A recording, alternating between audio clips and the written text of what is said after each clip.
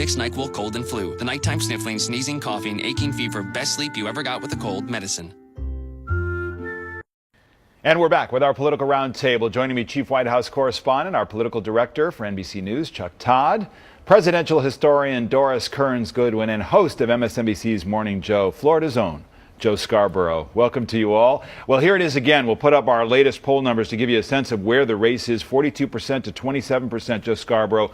Romney's in a very commanding position. How has he done it? How has he put himself in a position to really make Florida the rebound state for him? You don't have to ask me. Just ask his advisors who are spilling their guts on the front page of the New York Times, telling the world that it wasn't the candidate that turned things around. It was their own brilliance. I find it to be one of the most fascinating articles that in the middle of the campaign you would have people doing it. But their goal was two goals. One, to make Newt angry, and two, to make Mitt look tough.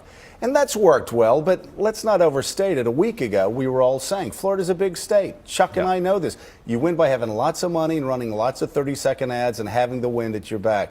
I mean, these advisors can take all the credit they want. At the end, things were just this. I mean, this is a Florida's a Romney state. And look at the money. We put it up on the screen. It's really quite striking. $15.7 million between the campaign and the super PAC, dwarfing Gingrich. And this was a simple strategy. We're not playing the air of inevitability here. We got to crush Gingrich. No, and this is the story. It's the money. I mean, Joe's right. It is surprising to see all of these strategists take credit in the New York Times without giving their candidate any credit, but that's going to be an interesting little internal spat probably down the road. But money was the answer here. They just carpet bombed Gingrich. And, you know, it was interesting in our poll, they made Gingrich so unelectable to some conservatives that if you get rid of the Santorum vote and factor in the second choices, Romney's lead actually grows by a point. So this idea that somehow conservatives are splitting the vote, not anymore. They really have made Newt Gingrich not just unelectable, unacceptable. But Doris, they did it in part. Not debate performances, which I'll talk about in just a second, but also getting the establishment all together to say we must stop Gingrich. He cannot be the nominee. He can't win. I thought it was an extraordinary thing that Senator Dole said, where he said, this is our last stand. Otherwise, there's going to, I mean, that's, Custer's last stand is coming. Unless we stop him in Florida, we're going to lose the election by a landslide. And the only help for Gingrich in that is then he has to try and mobilize the Tea Party people who feel that the establishment has closed in on him. And that's where Herman Cain comes in and Sarah Palin, et cetera, et cetera. But look at the debates as well, because we saw a different Romney. There's only been 300-400 debates. And here, you really saw Romney. I mean, this was the exchange over blind trusts and investments. Watch. First of all, my investments are not made by me. My investments for the last 10 years have been in a blind trust, managed by a trustee. But if you checked your own investments, you also have investments through mutual funds that also invest in Fannie Mae and Freddie Mac. Right. I mean, Joe, it's amazing. It's like, I'm not the only one who's stolen Halloween candy from 4-year-olds. Exactly. You've done it too. And as Romney staff members have told us, they're so brilliant. They heard Newt talking about it that day. Boston did some research, and voila. But listen, a week ago, we were talking about the Newt surge. And immediately after Newt won, Doris is right, the Republican establishment rebelled. Just like immediately after Romney won New Hampshire and looked inevitable, the conservative establishment rebelled. This is going to be going a long time, and it's ugly for the Republican brand when you have Sarah Palin coming out comparing the GOP establishment to Stalin. Last time I checked, the establishment hasn't killed 30 million people, but okay, whatever. It's getting uglier. Chuck's polls showed these guys are upside down now in the positive-negative ratings. This is hurting the Republican Party moving forward. And the problem is that Newt lived and died by those debates, and he didn't do well in that last debate. I mean, first he complained that last week that there was no reaction allowed from the crowd. Then he said there was too much; it destroyed his rhythm. And then he says, "I want to go back to the Lincoln-Douglas debates." If he could go back to those debates, do you know the crowd was able to really respond? They would yell out, "Hit him again! Hit him again! Harder!" Like football games. What would happen to his rhythm if that happened? What about the money issue? We'll put up on the screen what the tax returns showed for Mitt Romney and how much money he made over the last couple of years. You made a point this week before we came on the program that wealth alone is not a problem for presidents, right?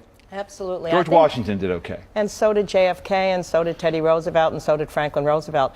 But each one of those men had something in their lives that allowed them to connect to ordinary people. Teddy Roosevelt had gone to the West as a cowboy after his wife and mother died on the same day. He was in the Rough Riders. FDR had polio, which took him out of that privileged life and allowed him to connect to ordinary people. JFK had been in World War II. The problem for Romney is maybe he's had those experiences, but they certainly don't show when he says, I want to make a $10,000 bet, or, oh, I made $324,000 in speaking fees. That was small change. Or I've had a pink slip, or I like firing people. That shows that somehow his life experience hasn't connected him empathetically. We don't care if people are wealthy. What matters is, can they understand our problems and can they empathize with us? Well, and look, and now he's got this one-line attack that anybody can do: Swiss bank account. Right? It's one phrase that's going to come up over and over you heard again. Axelrod use He it, used it. You've heard Newt Gingrich use it. You're going to hear this being used as shorthand to describe his wealth. And remember last week we were here and saying, Mitt Romney doesn't just have a Newt Gingrich problem; he has a Mitt Romney problem.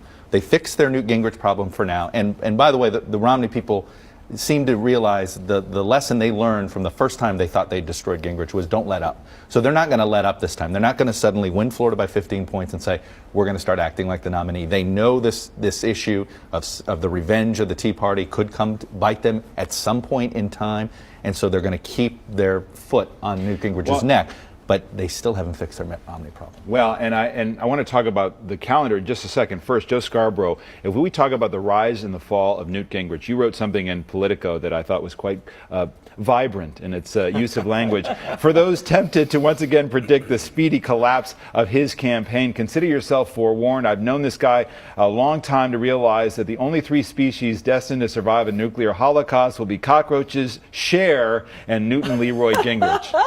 And let me tell you something, a 20-point loss in Florida, that's not a nuclear holocaust. Newt will be back. February's a down month. That gives the strategists 3-4 weeks to plan. And then look at the calendar. Yeah, we'll You've put got it up. Georgia, Alabama, Mississippi, Louisiana, Tennessee, Oklahoma, Texas soon after that. If I've got a bet on Newt's strongest states, I list all of those. It's exactly what he needs. This is not the end of Newt Gingrich. This is not even the beginning of the end of Newt Gingrich. This battle is going well into the summer, and that's really bad news for Mitt Romney and bad news for the Republican Party. And Chuck, you've been reporting on this all week. Look at the national numbers in our own poll that shows Gingrich as a national favorite. I mean, I think to Joe's point, that if he can hold on, get to Super Tuesday, where the revenge of a Southern candidate could again And that's all he is. Let's just remember, when you really look deep in our poll, he had a monster lead among Southerners, the very conservative, and Tea Party. Well, the heart of all three of those is outsized in the South. So the way the calendar sets up in March could be a good month for Gingrich, but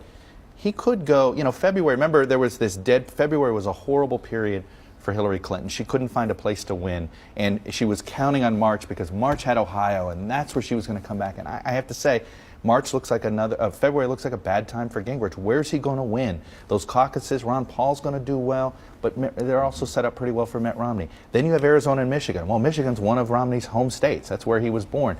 Arizona, I can make an argument that Gingrich should do fairly well there. It's a very conservative state, but his position on immigration, I think the Romney people are going to be able to exploit it and make it a liability for him there. And so he could go sort of 0 for the next 6 going into Super Tuesday, and that's a problem.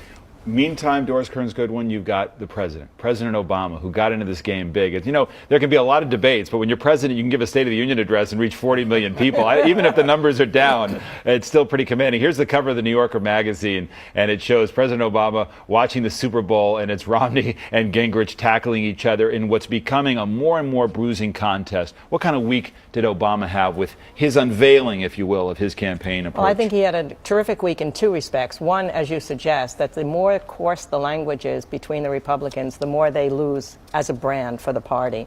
It's the worst I've seen it in a while. It really is.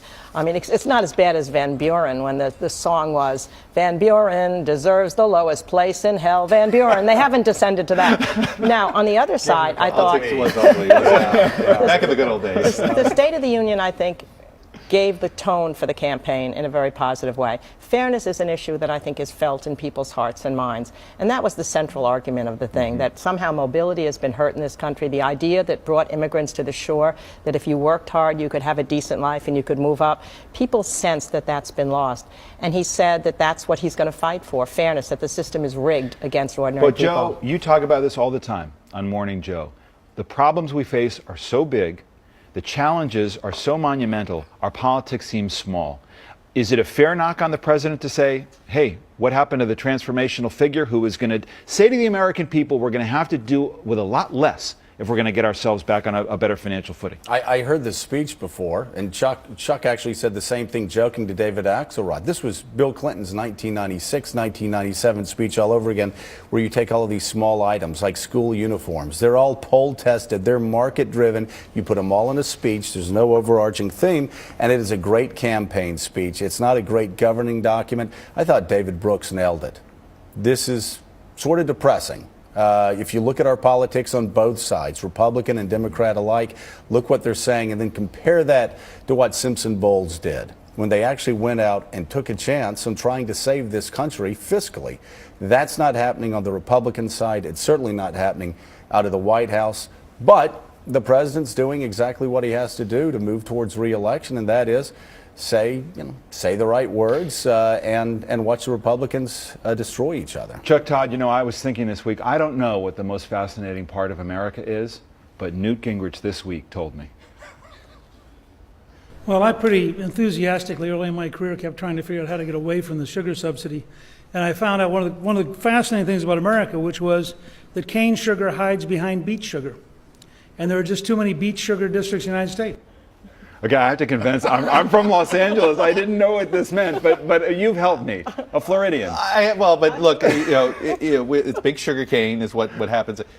There's actually a whole conspiracy that the whole embargo on Cuba, actually, there are some who believe that it's all about propping up the sugar industry because eventually, no, you laugh, but right, Joe, that eventually the assumption is that once you realize how much sugar that Cuba could provide and does provide the world. Really, beet sugar and lunar colonies. Beet sugar, baby. And lunar Dwight colonies. Schrute and his beet farm. Are these he's the getting big a subsidy. ideas you want? These are not quite the big ideas I was talking about. I'm actually talking about cutting spending instead of setting up colonies on the moon. Mitt Romney, I've heard this from a lot of Republicans who obviously don't want new. They want, where's the big idea? He's got no big idea other than, of this field, I'm the best guy. I'm going to give you the best chance at holding the House and winning the Senate. I don't even think sometimes he's at beating Obama, but I'm not going to embarrass the party. He thought that intellect would make it work, but temperament is far more important than intellect, and I'm afraid the temperament has been the problem that showed up when the angry Newt returned. But even on the 15% tax reform, he could win conservatives over if he said, you're right, I paid 14, 15%. But that's really double taxation. Let me explain to you how the tax code works. Let me explain to you how I think it's destructive. And he could go, he never connects the dots for conservatives. All right, we're going to be watching Tuesday, the big vote. Before we go this morning, a quick programming note. This week I sat down with Richard Cordray, the man President Obama chose to head the Consumer Financial Protection Bureau. You can watch that on our blog, presspass.msnbc.com.